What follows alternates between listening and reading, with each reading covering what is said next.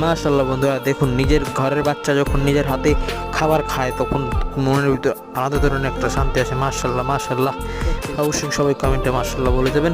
এখন দেখুন আমার বাচ্চাটা খাবার খাওয়াচ্ছে, যখন আমি শীষ দিই তখন খাবার খায় এবং আমি হাত দিয়ে খাবার খাওয়ানোর অ্যাক্টিং করলে আর কি ওই তখনই খাবার খায়। দেখুন সুন্দর একটা, খুবই সুন্দর দৃশ্য মাশাআল্লাহ।